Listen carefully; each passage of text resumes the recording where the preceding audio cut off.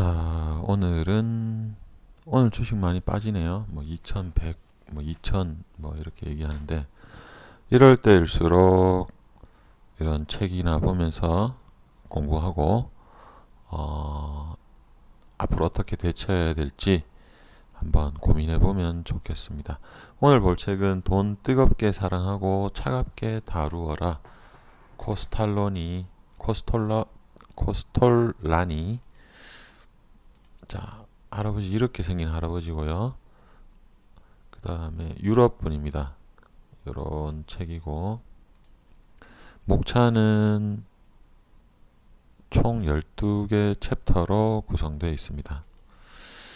미리 이 책 읽기 전에 설명드리기 전에 알려드리면 이해하기 좀 도움되는 내용은 여기서 말하는 투자자는 좀 현명하다, 돈을 버는 사람이고 대중은 좀 어리석다 이런 이미지로 보시면 되고 코스톨라니 본인은 약세장 투자자입니다.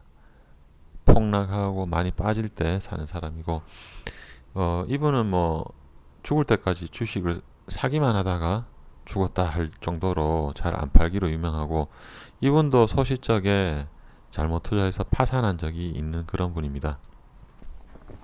자, 돈의 매력. 돈과는 어느 정도 거리를 두어야 된다. 돈을 너무 집착하면 안 된다라는 의미고 단기간에 부자가 되는 방법은 이런 결국은 이거 하라는 거죠. 그 다음에 마찬가지 나는 주식을 투자한다 할 거다. 자, 요 존 메이나드 케인즈는 우리가 아는 그 케인즈 맞습니다. 이분은 증권 투자로 부를 축적한 얼마 안 되는 경제학자 중 한 사람이다. 언제? 미국 주식 경제가 심각한 위기에 처했을 때. 장기적으로 성공한 단기 투자자를 본 적이 없다. 단기 투자자가 많아질수록 장은 유동적으로 변한다. 투자에서 손실과 수익은 불가분의 관계고 동전의 앞면과 같다. 요거는 약간 좀 과장된 비유적인 표현이긴 한데 이러면 성공적인 투자자다. 실제로 주변에 집 사서 돈 번 사람은 있어도 주식에서 돈 벌었다라는 사람은 몇 달이 건너야 한두 명 있을까 말까? 물론 좀 주식하는 사람들도 뻥이 좀 심하니까 돈 벌기 쉽지 않습니다. 주식으로. 투자 무엇으로 할 것인가? 예전에는 채권, 그 다음에 그전에는 외환이 재미 좋았고 그 다음에 투기 대 원자재는 투기 대 투자 뭐 이런 컨셉으로 봤고 유가물은 뭐 골동품, 우표, 뭐 동전 이런 거에 해당되고 자 부동산에 대해서 피터 린치도 마찬가지 이야기를 하던데 이 얘기 내가 살 집은 가능하면 사라. 뭐 요즘 뭐 집값이 서울 같은 경우는 많이 올랐는데 너무 오르면 조금 고민을 해봐야 되겠지만 예전에 집 사서 돈 번 분들 대부분 나 정말 집값 많이 빠졌을 때 샀다 이런 분은 소수예요. 대부분 하시는 말씀이 제 주변 제 아는 원장님 한 분도 대구에 태왕 아너스라고 있거든요. 그 집 살 때 그때 비싸다고 주변에서 비싸게 산다고 말이 많았는데 그 집이 아마 그분 사시고 현재 또 마침 수성구라 한 3배 이상 됐을 거예요. 어쨌든 집값은 언제나 비싸다. 뭐 그런 이야기도 있고 부동산은 자본이 두둑한 투자자를 위한 것인데 유가물 투자 중에 유일하게 수익을 낳는다. 대체로 그렇다는 거죠. 그리고 요거는 이제 상업 부동산에 해당되긴 한데 트럼프 지금 뭐 미국 대통령이지만 트럼프도 파산했던 적 있고요.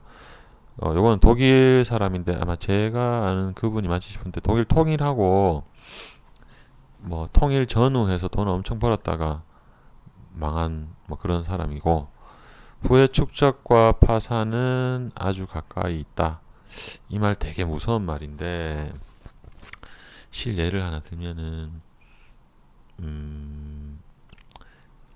원래 부자예요. 부자고 건물도 있고 한데 이분이 뭐 건물을 새로 짓고 큰 사업을 하는데 대출이 막힌 거야. 보통 우리가 뭐 집 살 때 1억, 2억 뭐 많으면 뭐 서울 같은데 비싼 집은 집값의 70%까지 되겠지만 상업 건물은 뭐 100억 단위, 순수 건축비가 100억 단위니까 우리나라가 좀 특이하게 땅만 있어도 건물을 지을 수 있을 정도로 대출이 많은데 중간에 뭐 하다가 딱 막혀버리면 우리가 길 가다가 보는 이 건물에는 무슨 권위, 뭐 이 권리가 그거 중이라, 뭐 시행 중이라 사용할 수 없다 이런 게 나오죠. 그러니까 건축주가 건설사에 돈을 못 주는 그런 과정이 있을 수 있습니다.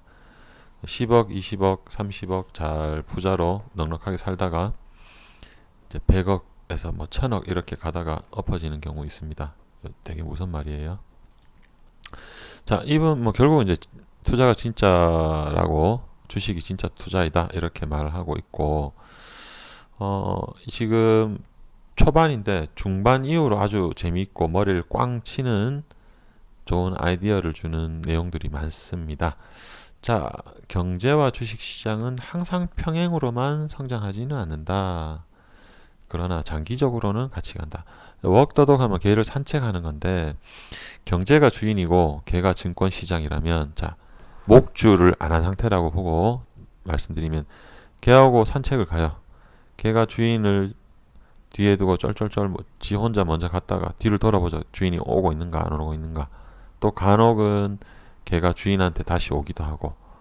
경제가 특정 방향으로 가고 있으면 증권시장은 그것보다 앞서거니 뒤서거니 할 수 있다. 뭐 그런 비유적인 표현입니다. 금리는 주가에 아주 큰 영향이 있고 금리가 오르면 주가는 떨어진다. 주식시장의 방향은 결국 수요와 공급입니다. 어떤 회사가 이번에 1년 매출의 80% 계약을 했다. 뭐 아니면 올해 매출이 많이 떨어졌다. 결국은 주가를 결정하기 전에 최종적으로 수요와 공급으로 주가가 결정된다. 주식시장은 장기적으로 경제와 분리할 수 없다. 아까 말씀드렸듯이 경제와 주가는 길게는 같이 간다 이렇게 보시면 되는데, 다만 과거가 아닌 미래의 어떤 컨센서스가 중요하다. 상황이 불확실해질수록 사람들은 투자를 안 하고 상황이 확실해질수록 투자자는 늘어난다. 마음의 평화가 중요하다. 예를 들어서 내가 주식을 샀는데 떨어지면 팔고, 조금 더 떨어지면 다시 사고, 팔라고 하는데 또 떨어져서 다시 팔고, 그러면 이제 손해본다는 그런 의미입니다. 중기적으로. 자, 돈과 어떤 심리가 붙으면 요걸 합쳐서 추세라고 하고, 요 책에서는 요 정도 기간을 봅니다. 이런 경우 많죠. 자, 주가가 오르면 대중이 참여하고, 또 오르는 걸 보면 나도 벌어야지 하고 새로 매수자가 달라붙습니다. 증권인은 인플레이션 아주 싫어합니다. 특히 투자자는 물가, 생산가, 시간당 임금, 임금 비용 지수 등을 예리하게 관찰한다. 이런 게 너무 높아지면 안 좋다는 거죠. 그 다음에 인플레이션은 따뜻한 물과 같아서 너무 뜨거워도 안 좋고 너무 미지근해도 안 좋고 적당한 인플레이션이 필요하다. 너무 높은 인플레이션이 발생하면 명목 이자율에서 인플레이션을 빼버리면 실질 이자율은 하락하고 마이너스가 될 수도 있다. 그 다음 디플레이션은 제일 안 좋은데 뭐 이 책에서는 이렇게 표현합니다. 유동성이 뭐 하락하고 어쨌든 되게 안 좋은 상황이다. 재해라고 표현합니다. 그 다음에 고금리가 너무 오래 지속되면 매우 부정적이다. 그리고 반대로 금리가 떨어지면 시간 재지 말고 바로 뛰어들어라. 최근에 9월 달에 아마 미국에서 채권 금리가 갑자기 확 뛰어서 주가가 확 떨어졌었던 기억이 있는데, 채권 이자가 높으면 주식은 떨어진다. 대중은 180도 다른 어떤 희망적인 아니면 비관적인 반응을 볼 수 있다는 거고, 증권시장은 대중심리 그 자체다 이렇게 보고 있습니다. 자, 지금부터 굉장히 중요한 내용이고 재미있는 내용이에요. 자, 우선 빚내서 주식하지 마라. 자기가 요래서 한번 말아먹었다 이런 내용 나오고요. 상상력은 지식보다 중요하다. 보통 부동산 투자 많이 하시는 분들도 이런 얘기 많이 합니다. 딴 사람들이 봤을 땐 지금 도로 하나 닦여 있는데 부동산 잘 하시는 분들은 도로 닦이고 여기 건물 들어오고 역 생기고 하면 괜찮겠다 해서 투자를 미리 하는 거죠. 그 다음에 돈은 엉덩이로 번다. 인내가 중요하다. 고통의 대가이다. 이거는 뭐 그런 거죠. 내가 10,000원에 산 주식이 8,000원까지 떨어지면 이거 손에 안 잡히거든요. 근데 나중에 이게 20,000원 됐어. 그러면 돈을 버는 거죠. 그러니까 이거예요. 어떤 가격대가 요렇게 사인파, 하강 사인파를 그릴 때 이 최저점에 살 수 있는 사람은 아무도 없습니다. 그렇기 때문에 이런 표현을 썼다고 보시면 될 것 같고, 이거 되게 유명합니다. 코스털라니 달걀. 그래서 위에는 좋은 장, 안 좋은 장, 뭐 주가 지수로 보시면 되는데 요때는 팔고 요때는 사고 요때는 기다린다. 요렇게 보시면 돼요. 조정 국면, 동행, 과장. 비트코인 생각하시면 될 거예요. 자, 예를 들어서 비트코인이 처음에 비트코인이 뭔지도 모르는 사람들이 사요. 그러면 조금 오르면 이제 뉴스가 나죠. 그러면 또 사람들이 달라붙어. 그 다음에 또 뉴스가 나. 뭐 PD수첩에 어떤 젊은 사람이 비트코인으로 400억, 500억을 벌었어. 그러면 다 달라붙습니다. 과장 국면.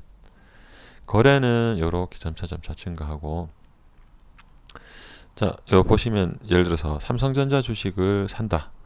자, 삼성전자가 뭐 반도체 가격 떨어지고 해서 주가가 떨어집니다.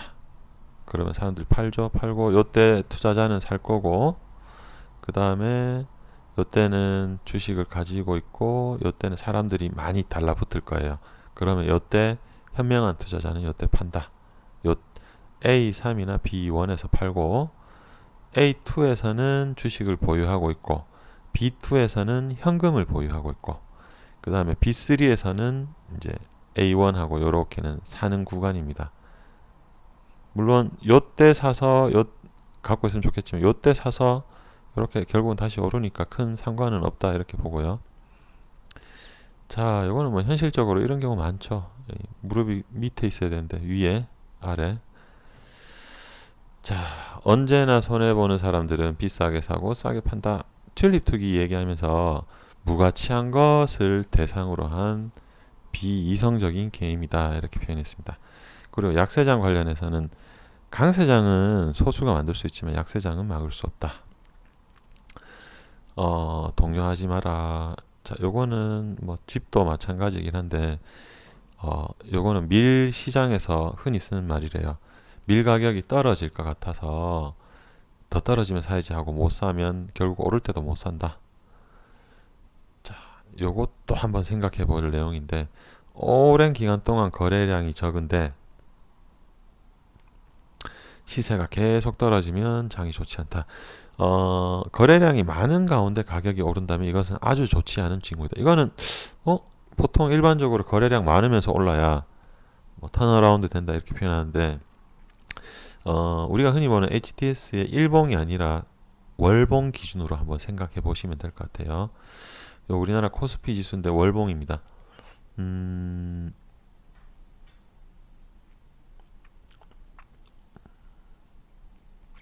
이게 주봉이네요. 주봉이나 월봉이나 어쨌든 약간 좀 긴 데이터로 보시면 될 것 같은데, 보시면은 요때 쭉 오르는데 요때 거래량보다 2017년 대세 상승기 때 거래량이 훨씬 낮아요. 그러니까 너무 티나게 상승하는 것보다는 적당히 거래량이 적은 가운데서 주가에 서서히 상승하면 아주 긍정적인 신호이다. 그런 말 같습니다. 그 다음에 이제 많이 떨어졌을 때 냉정해야 한다. 그 다음에 근데 뭐 전쟁이나 이런 예상치 못한 일들이 발생하면 돈을 벌고 있다면 뛰어내리면 됩니다. 상황이 암만 좋다 해도.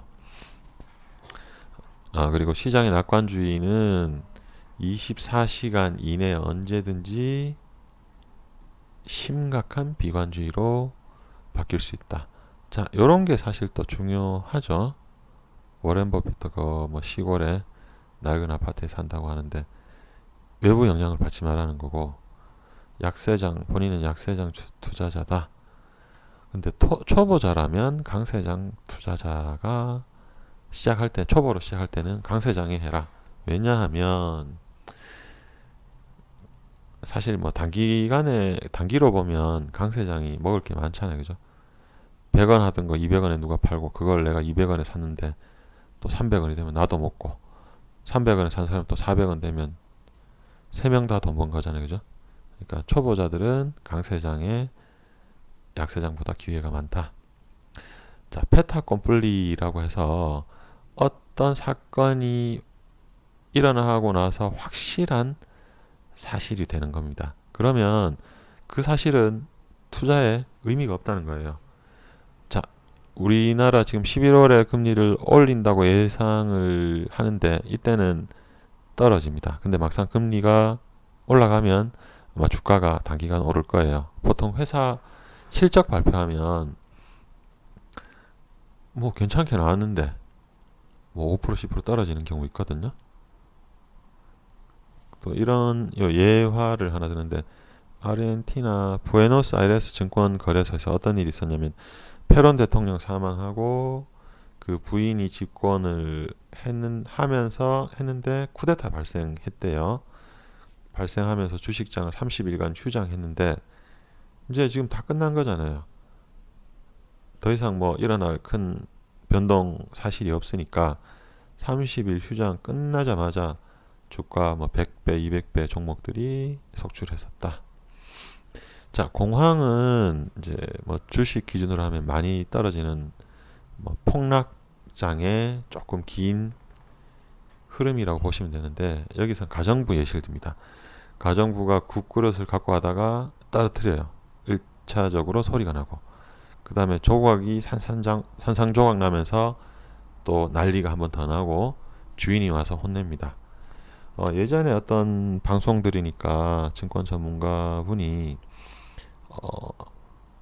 대세 하락 내지는 약세장 신호는 약세장 보통 한 3번 정도 시그널 이후에 온다, 그런 말씀 하시던데 같은 맥락으로 보시면 될 것 같습니다. 자, 어떤 주식을 살 것인가. 강세장에서는 암만 안 좋은 거 사도 조금은 벌 수 있다. 그 다음에 약세장에서는 뭐 우리나라로 치면 삼성 종목을 사도 수익을 얻기 힘들다. 요즘 같은 때죠. 떨어질 때는 어쩔 수가 없습니다. 자, 그래서 여기서 이제 이 책에서 추천하는 거는 성장 산업, 그리고 상한가는 몇 년, 몇십 년 성장치를 미리 반영한 것이다, 이렇게 봅니다. 자, 성장 산업 중에서도 대부분 기업들은 손실을 보고 몇몇 기업이 시장을 나눠간다. 반도체 시장이 뭐 도시바라든가 외국 회사들 다 떨어져 나가고, 지금 삼성, SK, 마이크론 뭐 이렇게 큰 회사들이 다 나눠 먹고 있는 그런 상황이라 보시면 될 것 같고, 뭐 쉽지 않지만 먼저 알아야 된다. 그 다음에 요거는 뭐 전날 컨디션이나 뭐 이런 것도 그날 매매에 영향을 준다라는 내용이고, 주식값은 기업의 재무제표겠죠. 지표하고 미래 전망에 달려있다. 차트에 유혹하지 마라 해놓고 몇 가지만 얘기해 줍니다. M자가 반복되면 천장이고 W가 반복되면 바닥이다. 자, 그 다음에 소심파 투자자는 4가지가 필요하다. 뭐냐? 돈, 생각, 인내, 행운. 자, 마지막으로 모험을 하고자 하는 사람들을 위해서 먼저 고통이 있고 나서 그 다음에 돈이 들어온다. 자, 이 내용은 뭐 주식을 하다가 실패를 몇 번 겪어봐야 돈을 벌 수 있다, 이런 내용인지, 아니면 내가 주식을 특정 종목을 사고 조금 떨어졌다가 다시 오른다 라는 의미인지, 뭐 다양하게 해석이 되는 그런 문구입니다. 자, 오늘은 이 책 참고로 말씀드리면 굉장히 잘 읽히는, 내용도 쉽고 한 그런 책이라서 나중에 시간 되면 한번 읽어보시기를 권해드립니다. 다들 화이팅 하시고 나중에 큰 기회가 오면 좋은 수익이 나시길 바라겠습니다.